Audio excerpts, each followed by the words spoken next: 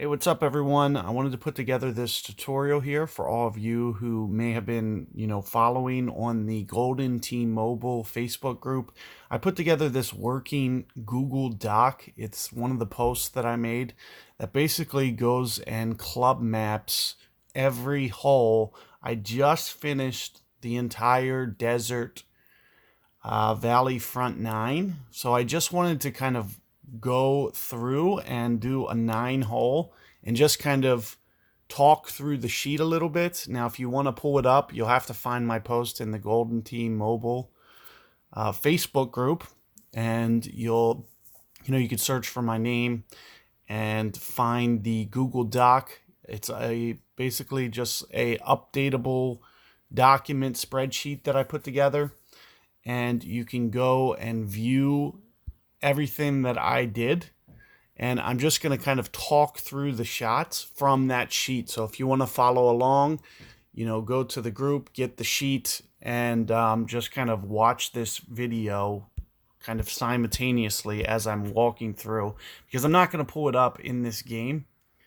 But what I'm going to do is I'm going to reference it for this entire 9, just so we can kind of talk through the shots.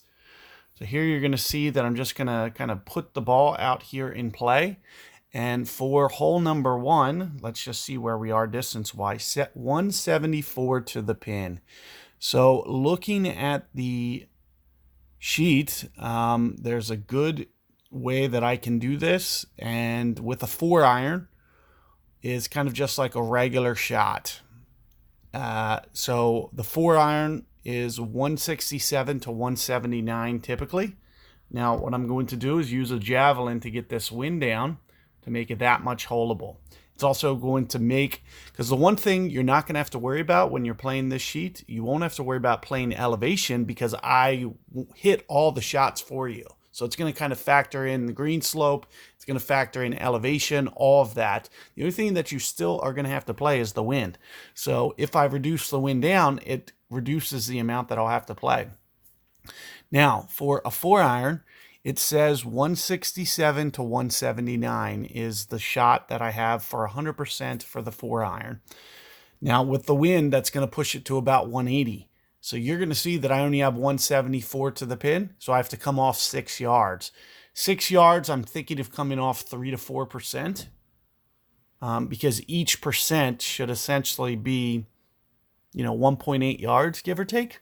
So if I come off 3%, that should put me pretty close, and it'll just roll through the hole.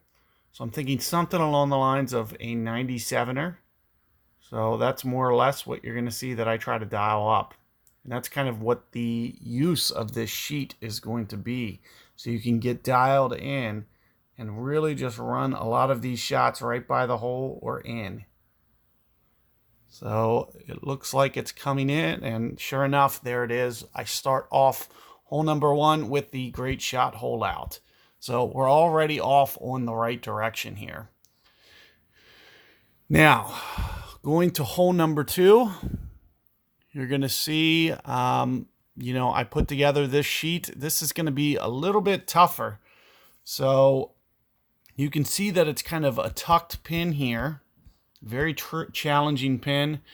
308 to the pin. It looks like, in terms of where the pin is, maybe 300. I'm going to have to carry this 300. So I need to look at kind of different shots that I might be able to do.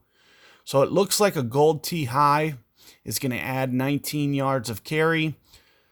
And then, that will, you can kind of piece together some things here. So I have Maniac's ball for a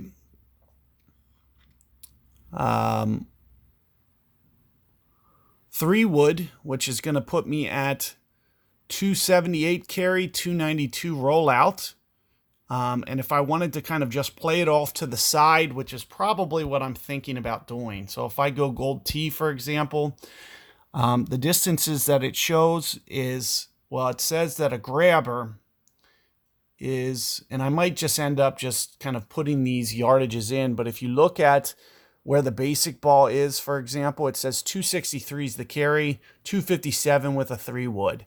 it's going to add 19 extra yards. So I'm now going to carry it 283 on a driver, or 282 on a driver. However, I'm thinking about bringing it in soft with the Maniacs. So you'll see that I have the Maniacs distances over here as well. So I already have those written out. It'll say 285, but the Gold Tee will add 19 yards. So this would land about 304 if I went with the driver. I'm thinking about bringing this in soft with the 3-wood if at all possible.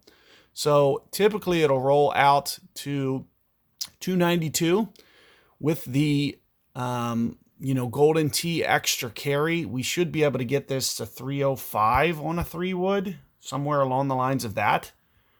And that'll be pretty much pin high. So I'm thinking about just kind of playing it off here to the side since the pin's tucked. It's a very inaccessible pin, so I don't want to, try to challenge that too much in this situation. So you're going to see that I'm just going to kind of push this out to the right. And as I mentioned, it's going to, 292 plus 17 yards puts me at 307. So that's essentially what I was trying to do. 307, 308, maybe just a little bit of tailwind, because I just wanted to basically make sure that I got it there.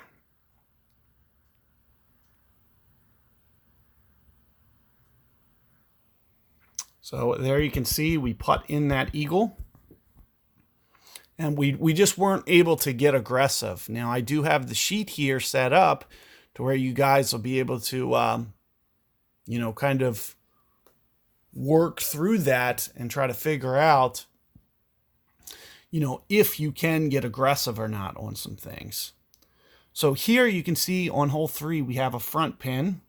First thing that I might want to try to do is try to figure out where the front of the green is. I'm thinking 140, 142. I can safely land. However, there's not going to be a good, what I like to do on this hole is backspin. I like to use the orbit. So I'm thinking something along the lines of an orbit, but you can see an orbit on my sheet. It's only going to come back on like a 6-iron, maybe 4 yards. So I'm going to have to hit this in here pretty tight. So let's take a look at this 7-iron here. And 144, that's not going to be enough. So let's go up to the 6. So the 6-iron is going to be 144, and it'll come back 4 yards. Now, this wind is going to play, I would imagine, at least 1-to-1. So I'm thinking this is going to land at maybe 151 and come back maybe 3 to 4 yards, because it's going to kind of take off some of the spin because it's a tailwind. So 151 is right where the hole is. So I have to kind of decide, do I want to go up to a bronze tee, or do I just want to kind of hope that 100% is just behind the hole? But that's kind of my logic. And other than that, I'm just going to kind of offset to try to play a little bit of this slope. So I'm going to just push to a little bit. I want to at least take a look at what a bronze tee is. So a bronze tee is 2 yards. And a 6-iron is relatively high. I'm thinking something along the lines of maybe a bronze tee. It's really kind of one of those iffy distances, though. I haven't got to play around with the winds to know, if I should go up to the bronze tee or if I should just kind of, which is stronger, the wind or the yardages? Is it going to be a 1-to-1 on the wind? I know it's going to be close to 1-to-1, but which is stronger? Is the wind stronger than 1-to-1? So, if it's 147, does it go to 152? Does it go to 151? Does it go to 150? That's the one, and this is going to be kind of like a starting.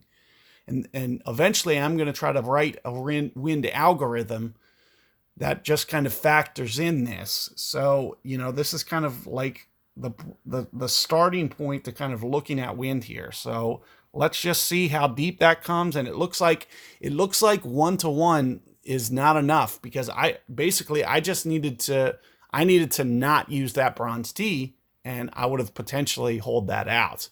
So it looks like that 7 mile per hour, and it might have something to do with kind of shooting down to kind of lower ground a little bit. It almost went 9 yards down. Okay. So if that makes any sense.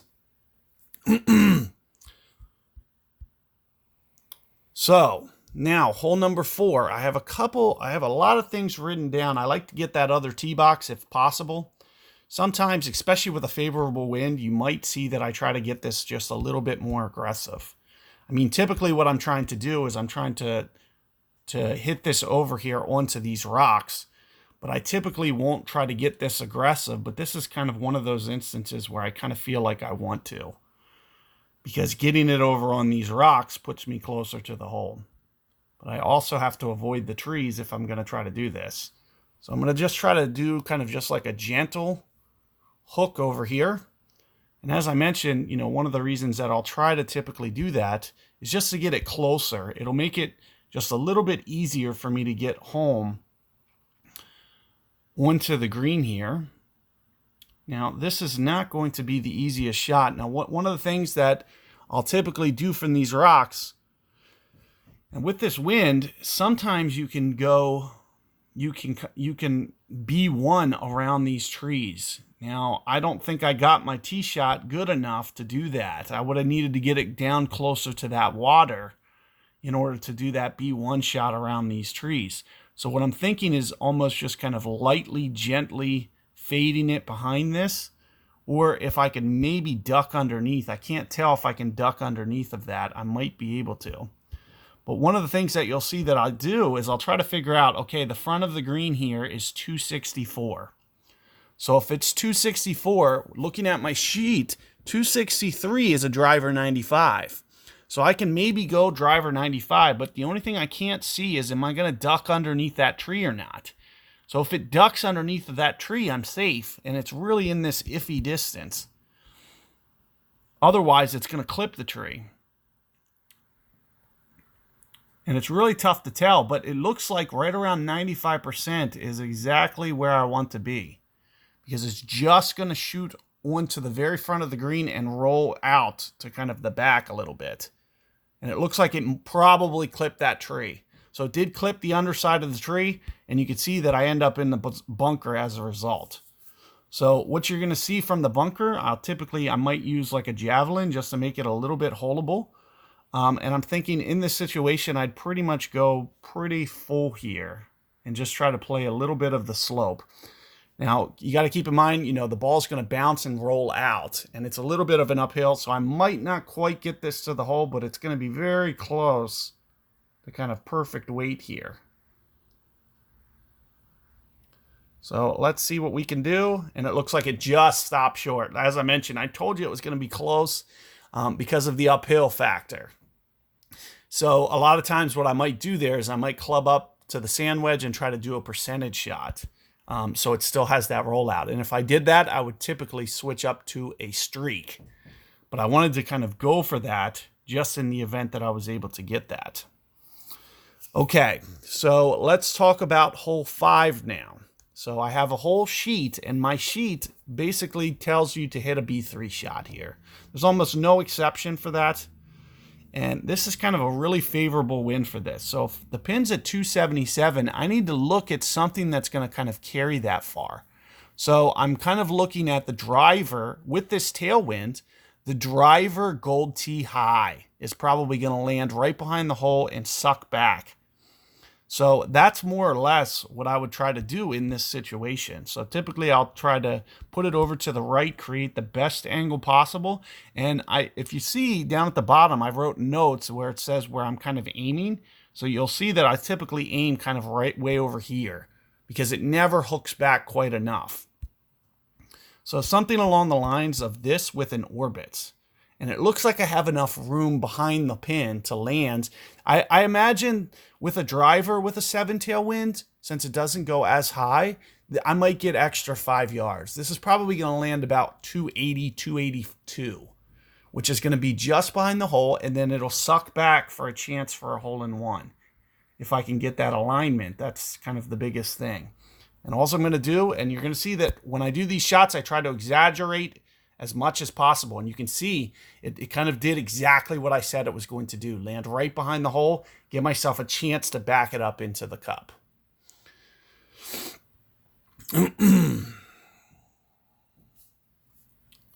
So Let's talk about hole number 6 now. So I put a lot of notes here regarding the chipper. A lot of what you'll see me do, and this is a very tough pin. I'd rather it be tucked up in that corner just a little bit more. So what you'll typically see that I do is I might try to get it way over here as much as possible. Definitely going to have to try to use the high setting, I feel, if I'm going to go chipper here. And another question is, how far is this going to land? So it looks like 40, the gold tee high typically is going to land 37-ish, which probably isn't going to be enough. So this is really going to make things tough. But I want to use that high setting, and what I'm going to try to do is I'm essentially going to try to hit a percentage. You can see what this typically is going to do. Gold tee high, it's going to land 43, which is very close to where the pin is. I want to try to make it land just a little bit short and run out to where I still have a chance to hole out.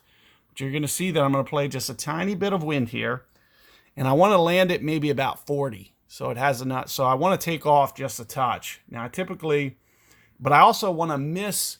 I want to make sure that I miss that brown thing, because it'll cause the ball to go off to the side if I hit it. So I am going to just take off a couple percent. Another thing that I could probably do is I could put it on the medium setting, but I'd rather kind of just take off a couple percent and try to go about it that way. And we're just going to try to hopefully push straight up. Oh, and it just missed. It just missed. I mean, that was a really good attempt. It looks like maybe if it came in just a little, it might have jumped the hole. I mean, that was dangerously close to going in. I mean, I didn't pull it or anything. And a lot of times what you can do is there's so much that you can putt through. So it's okay if it goes in this back rough. Alternatively, you could chipper that. As long as you don't pull your chip, it should go in every time. So let's talk about this with this kind of wind. This is kind of a favorable wind to go over to this right, actually. So I don't typically go over to the right. I like to kind of duck over there. Unless I get a real nice tailwind, I don't typically go over to this right. But this is a really good wind to go over to the right. So I'm thinking about, so I did, if you look at my hole map, I kind of put two different things on this sheet for this hole. Is I put shots from the right onto the green, and then I put, going over to the left and trying to thread the mountains.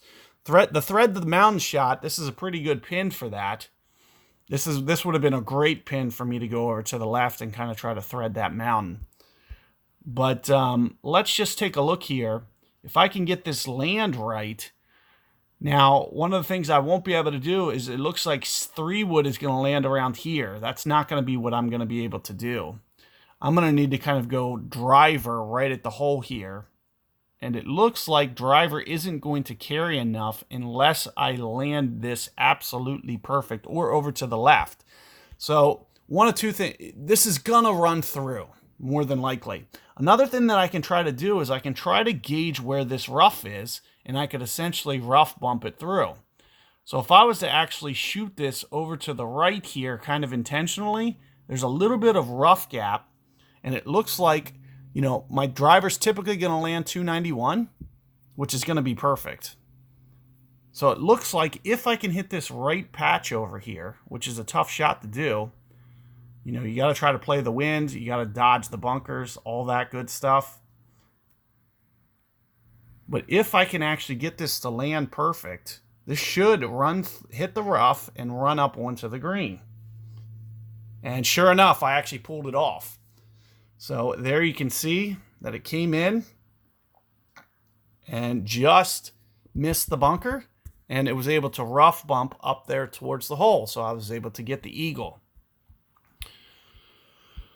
So typically what I'll do here is I'll try to play the wind. It's almost never going to be to try to go around on this right side. This is just way too much wind. So typically what you'll see that I'm going to do is I'm just going to kind of put this tee over to the left, and we're going to play with the wind.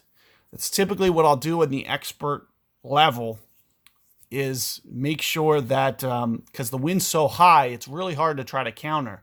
Otherwise, if the wind was pointed the other way, I might go for a B3 shot and go the other way around the trees and set up my tee opposite. Because you could see that I could probably get aggressive on the pin doing it that way, but it's a little bit tougher to do with this type of setting. So let's just take a look here at some of the things that I have. When I have driver high tee, it looks like the shot that I'm probably going to end up doing is just a gold tee high and the grabber. If I don't put a grabber on, the ball probably won't stop. It's going to run out too far and potentially go into the water. So I kind of want to avoid that as a possibility unless I want to try to play a percentage shot. So one of the things that I could do is if I really wanted to get sneaky here and really try to play this aggressive, I could try to come off on the percentages because you can see that it's going to roll out. If you're looking at the driver gold tee high setting with no spin, it typically rolls out to 286. Well, that's a lot of green to cover, and you're going to have to almost get risky on the front edge. So that's another thing we might want to check out if we're going to do this shot is where can we safely land to? And it looks like 254. So I can only come off of this a couple percent unless I want to risk messing up this shot entirely. Because 254 seems to be kind of my safety zone, and 263, and I have a little bit of wind in the face. So I only feel comfortable probably coming off this 2%. And it's probably going to roll through into the rough. Alternatively, my only other shot is the grabber line. So if you're looking at the grabber, it says 263, but it's only going to roll out to 267. Into the wind, I might only get that to 262. Okay? So with that being said, are you going to want a 10-yard putt from in front of the hole, or do you want to try to get aggressive and go for this? Just for experimental, I would typically probably go 100 and grabber this and try to make the 30-foot putt is what I would typically do. But just for kicks here, why don't we just try to run it through the hole, potentially catch the hole, and get the hole in one? Alternatively, it's probably going to roll through into the back rough. Hopefully it stays up. But it's really hard to know for sure what's going to end up happening if we try this because it's very risky. This is not something that I typically recommend or would do, but just for experimental purposes and just kind of working through this sheet, let's just see what happens. And again, as I mentioned, I'm going to just try to hit like a 98% here and just try to just creep it up onto the front of the green and let it roll through. And sure enough, it pretty much did what I did, what I said it was going to do. It rolled through to the back, and I didn't quite get aggressive enough. But from this back rough, I should be able to, as long as I don't pull it, still putt it in. So sure enough, there you have it. Now we have a very nice back pin here. Now what I'll typically do off this tee box is I'll typically do a B1 shot. So you can see with what I'm doing with my alignment, I'm not even going to use a tee because we have so much wind. I really want to set up kind of a longer distance so I don't have to play quite as much wind. And I could see that I had a back pin, so what I was thinking is something along the lines of this. Something along the lines of like a 5-iron javelin to where I could get a wind reducer on this. So going to hole 9, let's take a look at what 5-iron says. So 5-iron says the basic ball it actually runs out to 173 at least. So that's going to be more than enough for what we want here. Or are these reversed?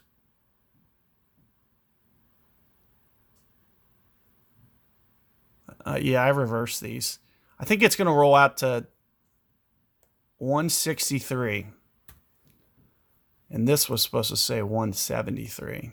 So I reverse these. I'm switching it. When you guys actually see the video, you'll see it updated for you already. But this is going to roll out to 163.5. A little bit of a tailwind with the downslope here. I think this is going to just make it to the hole, just barely. So this is almost going to be perfect weight, and we're just going to have to, more than anything, just play some of the slope. And we could just kind of go for this shot. And if I can figure out how much wind to play, which I'm thinking, you can see that I'm kind of under aiming and I'm kind of playing the left slope and I'm going to try to kick it off. I'm pretty good at this hole for giving it a run. So if I can not pull this, there's a good chance. 100% here looks pretty good. Otherwise, I'd have to go either club up and percentage down or, alternatively, not use a javelin and try to use some kind of streak or something like that. But what this is going to do is it's going to reduce the wind to really give me a chance here to be kind of aggressive. And it does come up just short. But it's probably because it just hit a little bit too much of that slope on the back there and it just didn't make it to the hole. So you do got to take the numbers just by a grain of salt a little bit, because you can't guarantee how it's going to hit the green. Like when I played my shots into that hole, I played it into the center. And you could see with that shot that I just hit there, I ended up hitting kind of the back there, like up towards the top where there's a little bit more slope. So it kind of checked up just a little bit more, and you can see it just came up short. I had a good line. So that's one of the things that you might want to consider. Let's say you're aiming down towards the water a little bit more. It's probably going to roll out a little bit more. And vice versa, when I hit more up towards that top mound, where that left side of that green is, it's not going to quite roll out the way that my numbers say. But you could see, at the very least, I was able to give it a good run. If I would have just, clubbed up and kind of percentage down. One of the things that I've ridden already, in case you guys were wondering here, so the 5-iron to 4-iron has a large gap, but I did a club overlappage as well. So let's say I wanted to kind of replicate a land zone.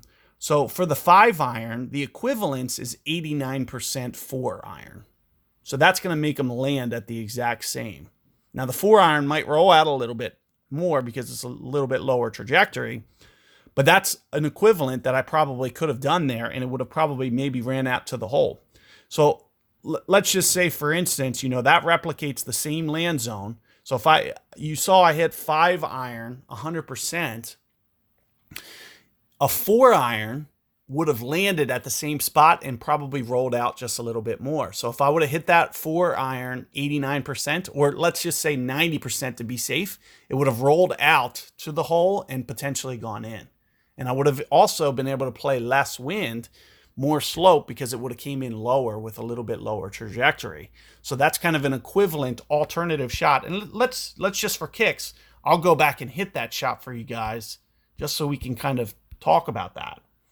So as I mentioned, this is going to come in with just a little bit lower trajectory, especially since it's a percentage shot. But if I was to go and hit this, as I mentioned, kind of like 90% or 89, 90%, it should roll out and maybe even get to the hole, and the land distance will be very similar. So let's see what it says. There's 89.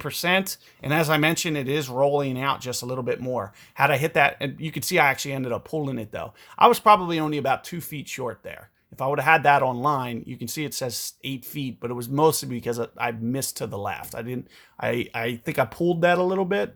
But you can see the land zone was pretty replicated with the 89% there. If I would have hit 90, it would have made it to the hole. So I would have been able to make that with a 90% 4-iron. And that's the purpose of that club overlap sheet that I put out there as well. So if you haven't seen it already, the Golden Tee post, go to the Golden Tee Mobile Facebook group. You can search for my name. You can find this post. I also put in that club overlap spreadsheet. So you'll be able to find that in the exact same post. I did a screenshot of it, and you can see, or camera view of the sheet, you can see the numbers. You can see these numbers that I was talking about with the club overlap as well. So hopefully you find that helpful, and this is helping you guys to understand kind of how shots are going to run out and how you can get just a little bit more aggressive with your game and have that confidence to hit these shots. So hopefully you guys found that helpful. Good luck out there and take care.